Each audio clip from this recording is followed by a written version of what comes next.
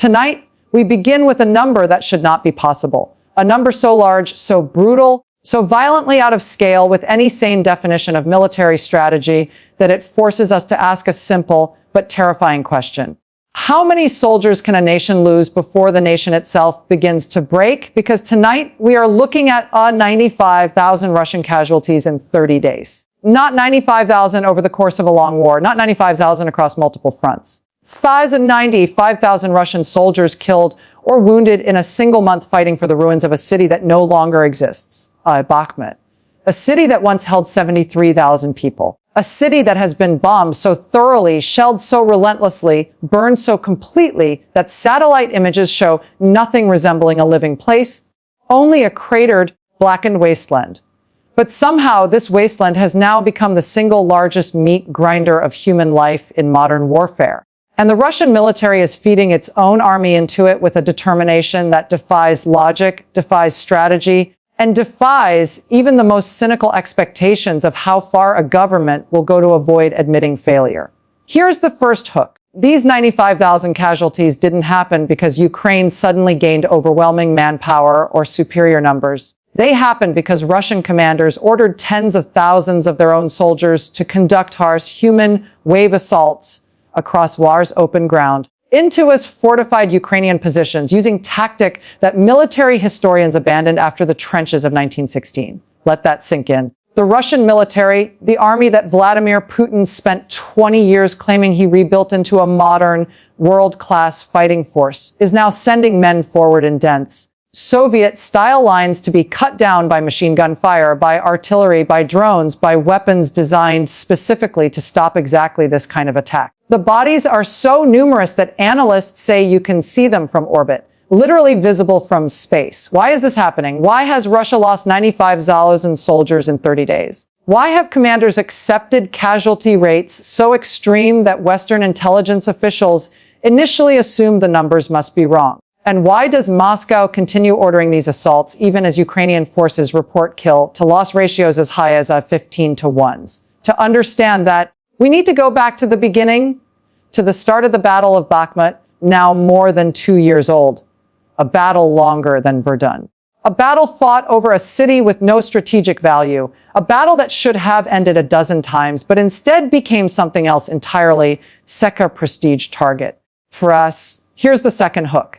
Bakhmut is no longer an objective. It is a symbol manufactured by Vladimir Putin, repeated by his generals, amplified by Russian state media, and drilled into the Russian population as proof that Russia still has momentum, still has strength, still has the ability to claim something, anything resembling victory. Prestige targets are dangerous.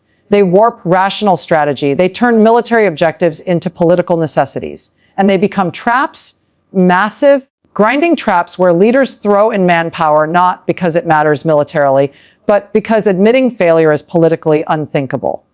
For Putin, Bakhmut became that trap. He referenced it in speeches 17 times. Russian propagandists described it as the key to the Donbas. Military bloggers insisted that capturing Bakhmut was a test of Russia's martial spirit. And so commanders, terrified of contradicting the myth, kept pushing soldiers forward. And the soldiers kept dying. Satellite images from Maxar taken in early November show the ground around Bakhmut transformed into a lunar landscape of craters and trenches. Blackened tree stumps, burned vehicles, rubble that used to be apartment blocks, and scattered across that wasteland. The dark shapes that analysts dryly refer to as mass casualties. Drone footage released by Ukraine's 93rd Mechanized Brigade shows Russian infantry advancing shoulder to shoulder across fields with no cover. You see artillery shells tearing through the formations. You see men falling by the dozens. You see survivors stepping over bodies, continuing forward until they too are killed. The footage is almost impossible to watch, and the tactics are impossible to justify. This isn't a story of military failure. This is a story of deliberate, systematic, self-inflicted annihilation. A story of commanders so trapped in political pressure, so locked into the myth of Bakhmut's importance, that they keep ordering assaults they know cannot succeed simply because the alternative, stopping, would mean acknowledging the truth. And here's the truth Russia is destroying its own army faster than it can replace it. Let's talk about those numbers. 95,000 casualties in 30 days. That is 366 casualties every single day. If Russia maintains that rate, and reports from other sectors say the carnage is not limited to Bakhmut, Russia is losing soldiers at a pace that equals more than 7 million men per year. Russia cannot recruit that many. Russia cannot mobilize that many. Russia cannot train that many. Russia cannot equip that many. Russia cannot sustain losing that many. Here's the third hook. The men dying in Bakhmut aren't being drawn evenly from across Russia. They are disproportionately coming from the poorest, most remote regions, Dagestan, Buryatia, Tuva, rural Siberia, regions that were already struggling demographically, economically, socially. Villages that had 50 young men are returning home 10. Entire communities are losing 20% of their military-age population. 20%. In some Buryat villages, that number is even higher. This isn't just a military catastrophe. It is a forced demographic collapse, a shaping force that will echo through these regions for generations. And families are beginning to push back. On November 2nd, wives of Buryat soldiers tried to deliver a petition to the regional government demanding their husbands be withdrawn from Bakhmut. Police arrested them. State media ignored them. But the protest happened, and that alone is extraordinary in a region where dissent is usually non-existent. Now let's talk about the soldiers themselves, because behind statistics are human beings trapped in something resembling a nightmare. Intercepted communications reveal soldiers begging their commanders to stop sending them into assaults they know are suicidal. One soldier told his wife, "They keep sending us forward. We keep dying. Yesterday there were 43 of us. Today there are 19. She asked if he could refuse. He told her refusing meant being shot by Russian enforcers. Russian soldiers are trapped between the bullets of Ukrainian defenders and the guns of their own officers. That is not discipline. That is terror.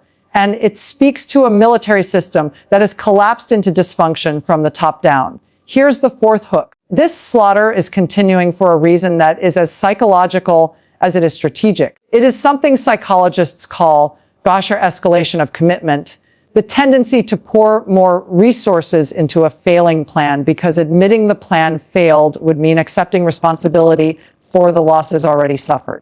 If you order one assault that kills 500 men, you face a choice the next day: admit the attack was a mistake, or order another attack in the desperate hope that maybe this time it works and retroactively justifies yesterday's losses. Commanders keep choosing the second option.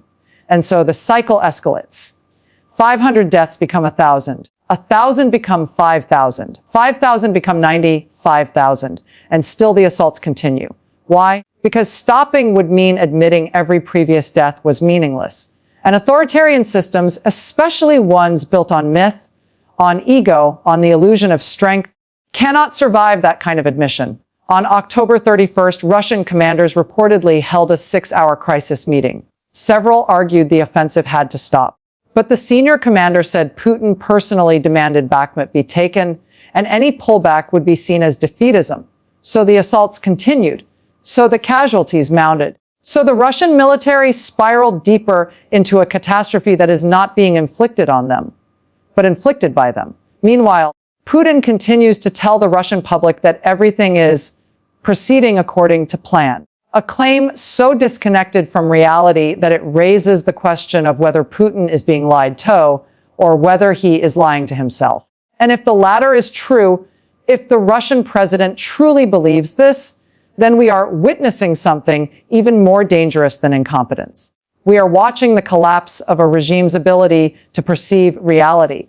Let's zoom out further. Russia began this war with around 900,000 total active duty personnel across all branches. Only a portion of those are combat troops. Many are Air Force, Navy, border guards, strategic missile forces. The number of ground combat soldiers Russia actually had available was closer to 350,000. If Russia is now losing soldiers at a rate of 95,000 per month, then the army that Putin spent 2 decades promoting as a resurrected, modernized, professional force is evaporating, not weakening.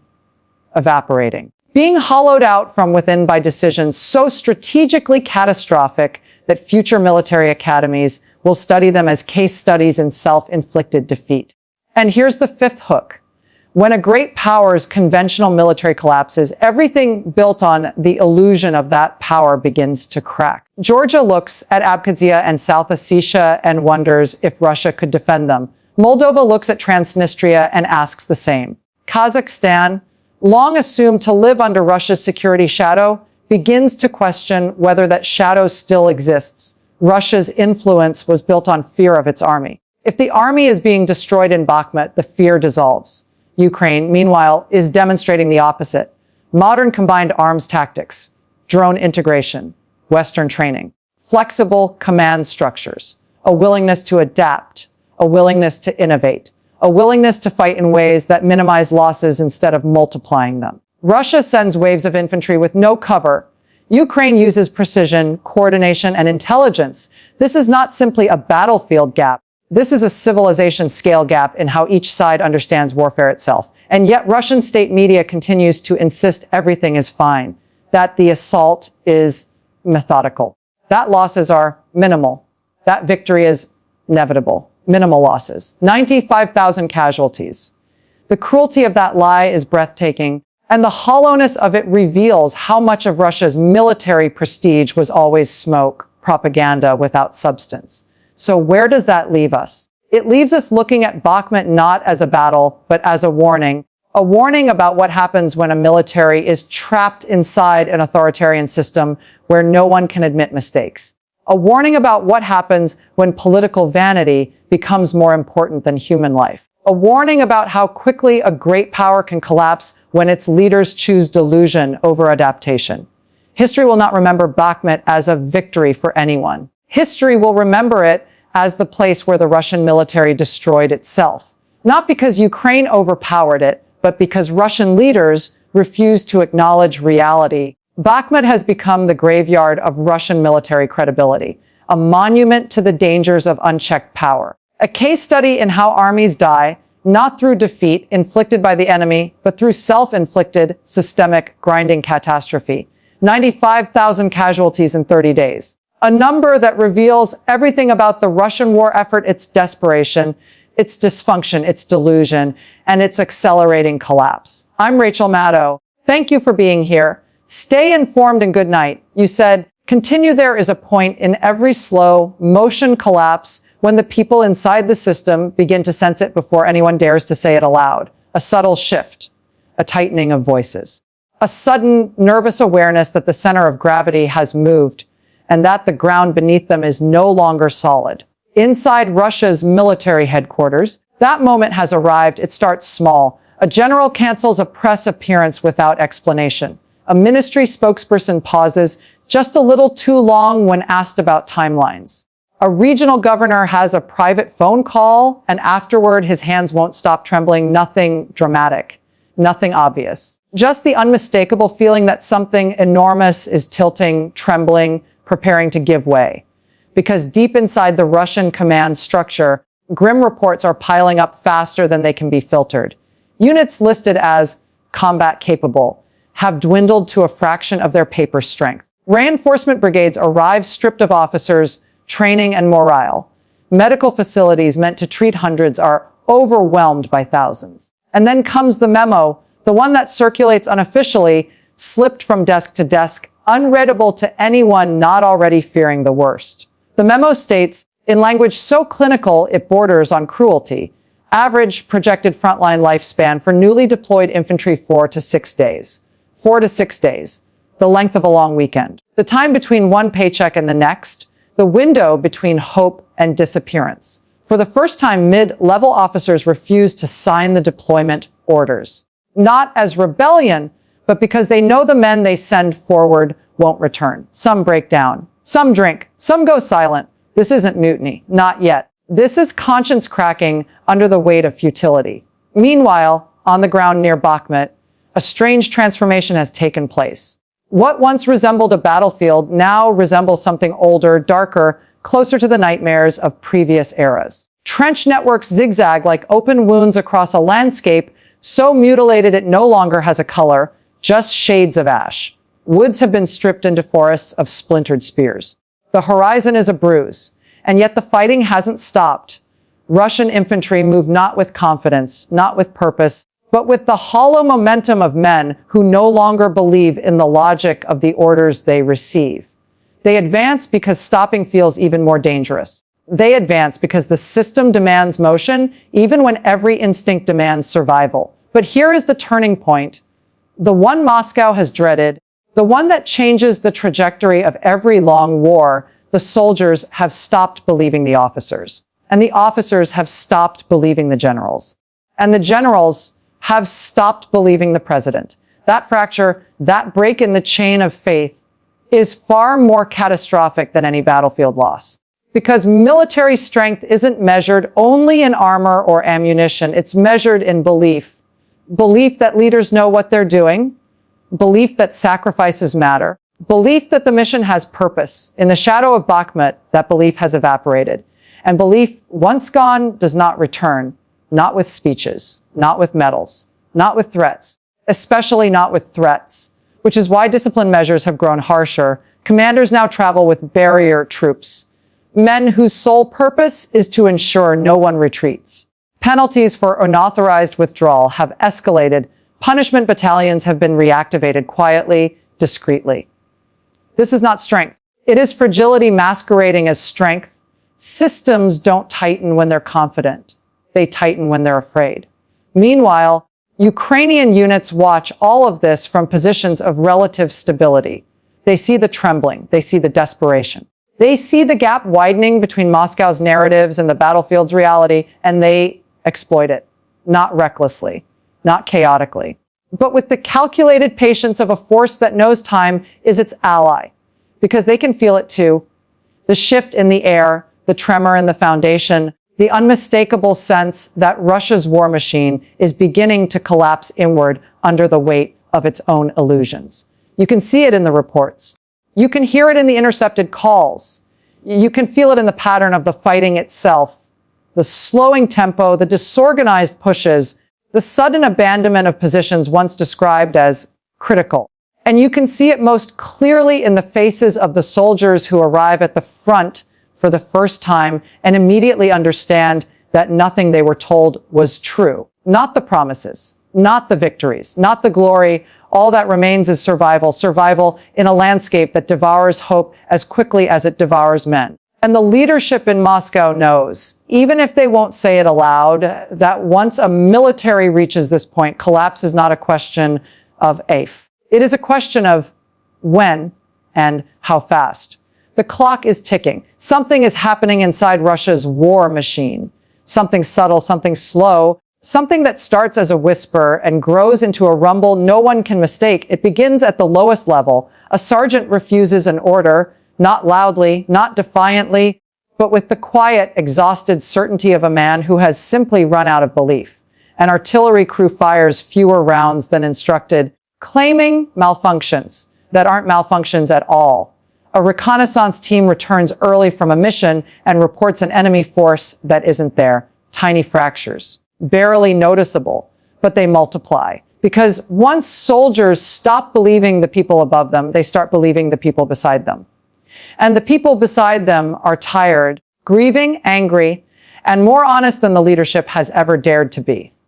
We won't survive another assault. Our officers are lying. We're being sent to die for nothing. This isn't a strategy, it's a grave. These sentences spread faster than any propaganda can contain them. And at headquarters, the generals know it. They feel it in the tone of the briefings, the thinning attendance at staff meetings, the sudden flood of urgent personal requests from officers asking to be reassigned to non-combat roles. They see it in the way junior officers avoid eye contact in corridors. They hear it in the silence, the kind of silence that grows when people are afraid of accidentally telling the truth. The truth is radioactive now. Touch it, repeat it, or even drift too near it and careers evaporate, which is why the highest ranking officers retreat deeper into a universe of charts, projections, spreadsheets, and invented numbers. A world where the offensive is always advancing steadily, where losses are within expectations, where victory is inevitable, where reality is banished in favor of the one thing they have left: control over the narrative. But control over the narrative isn't control over the war, and the war is slipping away. Out near Bakhmut, the battlefield is transforming again, not physically, but psychologically. Russian soldiers move through the shattered streets with an air of haunted resignation, as if each step they take is a step away from a past they can barely remember. They no longer speak of liberation or victory or progress. They speak of luck, chance, timing, fate, the language of people who know their lives depend on forces beyond human competence.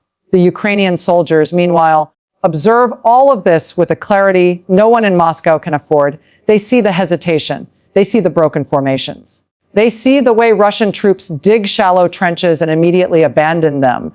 They see the fear. And fear, once visible, is exploitable. Ukraine begins to probe the edges. Small strikes at dusk. Precision hits on ammunition caches. Ambushes that target officers. Drone attacks that arrive at exactly the moment Russian morale is at its lowest.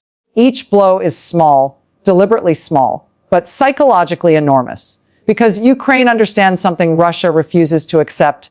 This phase of the war isn't about territory. It's about momentum, about initiative, about belief. And belief is slipping out of Russia's hands like sand. Back in Moscow, the political elites have begun to sense something unnerving, a creeping awareness that the war they promised would solidify the regime is starting to threaten it. You can see it in the careful language of state media. They no longer boast. They imply. They no longer predict victory. They speak of long-term determination. They no longer mock Ukraine.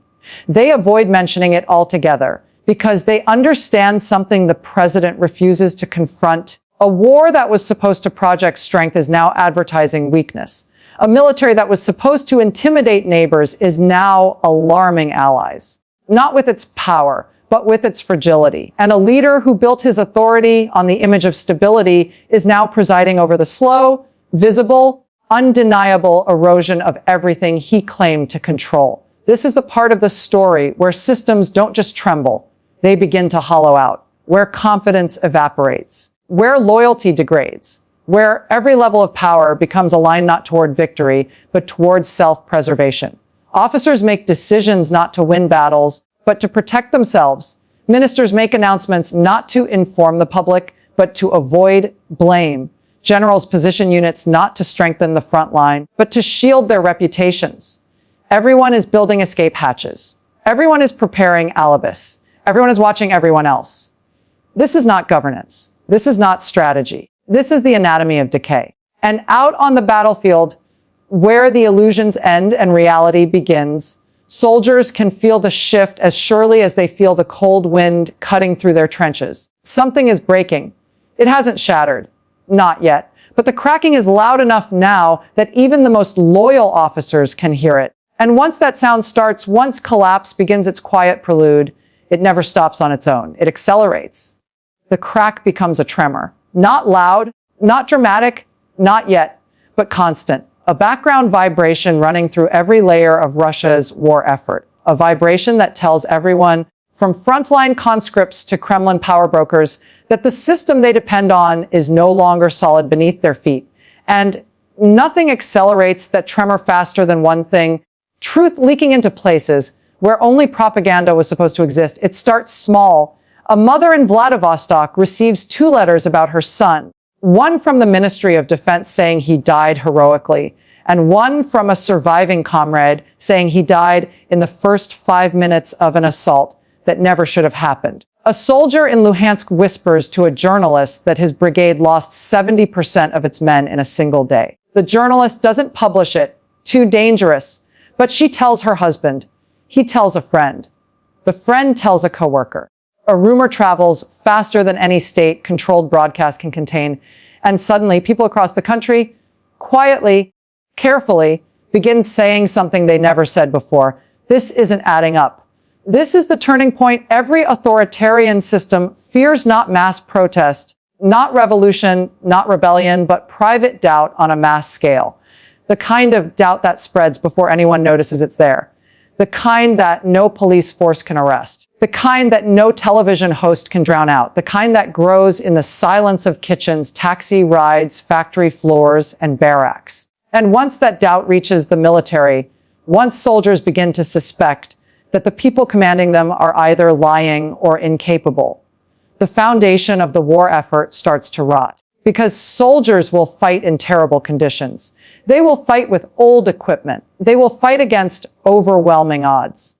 But they will not fight for leadership they no longer trust. Out near Bakhmut, this trust has evaporated completely. Field medics describe scenes that are almost impossible to process. Lines of wounded men waiting hours for evacuation because the logistics system is so overwhelmed that ambulances arrive full and leave fuller. Units receiving orders to attack positions that their drones show are heavily fortified, simply because the commanders issuing the order refuse to adjust the plan. Soldiers being told reinforcements are on the way, only to watch those reinforcements never arrive. And the most devastating failure of all, the belief, the absolute certainty that no one in charge is coming to save them. When that belief dies, everything dies with it. Courage becomes hesitation. Initiative becomes paralysis. Obedience becomes resentment. Camaraderie becomes suspicion. And suspicion is corrosive. Suspicion turns every bad decision into a deliberate betrayal. Suspicion turns every failed assault into a murder. Suspicion turns every casualty into evidence that someone, somewhere is lying.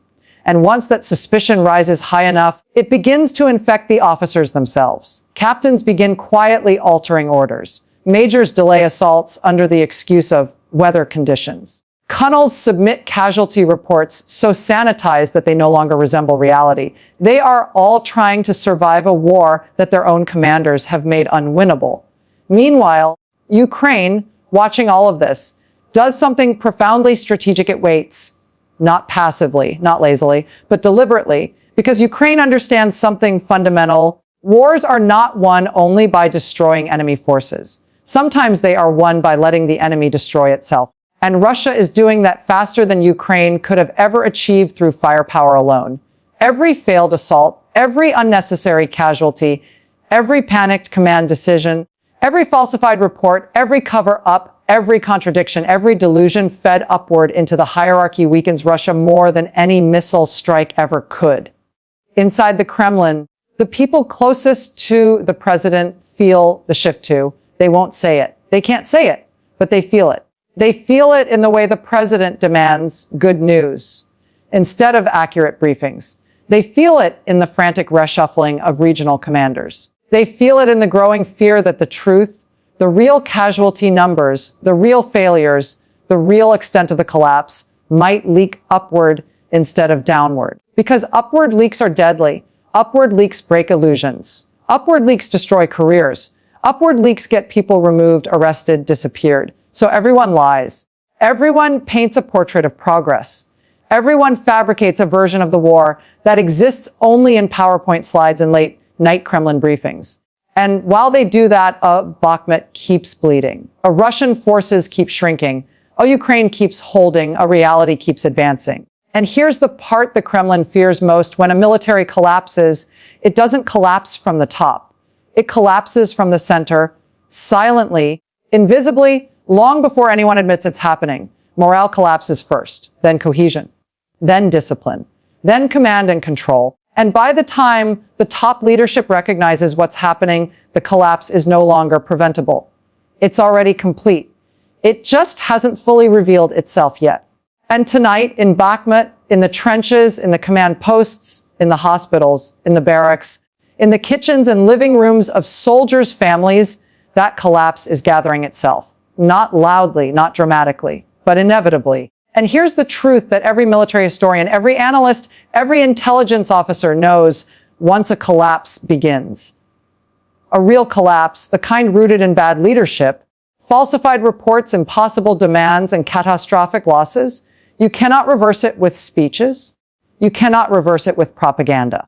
You cannot reverse it with patriotism or threats or slogans or parades. You certainly cannot reverse it by pretending it isn't happening. Russia's leadership will try. They will reshuffle generals. They will issue new orders. They will arrest some mid-level officers and call them saboteurs. They will announce new offensives that never come. They will brag about imaginary progress. They will launch new waves of men into the grinder, hoping sheer quantity can fix what quality destroyed. But it won't work Because the thing that's failing in Bakhmut right now isn't a brigade. It isn't a battalion. It isn't a unit of armor or artillery. It's the entire premise of Russia's war. The premise that mass can replace strategy. The premise that fear can replace competence. The premise that human lives are a renewable resource. The premise that reality can be outpaced by narrative. In Bakhmut, that premise is dying. One pointless assault at a time. One wasted life at a time. One lie exposed by mathematics at a time. 95,000 casualties in 30 days. 47,000 dead. Numbers so brutal, so relentless, so absurd that they rip through the illusion of control like sunlight through smoke. This isn't Ukraine winning because Russia is weak. This is Ukraine winning because Ukraine is prepared, disciplined, coordinated, and fighting for its own survival against a force that no longer remembers why it is there. And that's the part history will remember. Not the trenches, not the fortifications, not the drones or the artillery or the satellite imagery, but the moment the Russian military, the one that insisted it was powerful, modern, unstoppable, met a reality it could no longer deny. The moment when math defeated mythology, when truth defeated propaganda, when leadership collapsed under the weight of its own delusions. The moment Bakhmut stopped being a battle and became a verdict. A verdict on strategy, a verdict on command, a verdict on the value of human life in a system that treats its own people as expendable. That verdict is final, and it is unmistakable. Russia has been decimated in Bakhmut. Its losses are unsustainable. Its strategy is broken. Its leadership is exposed. Its military is bleeding out in real time. And the world is watching a truth emerge that no amount of spin can cover. This war is no longer about territory.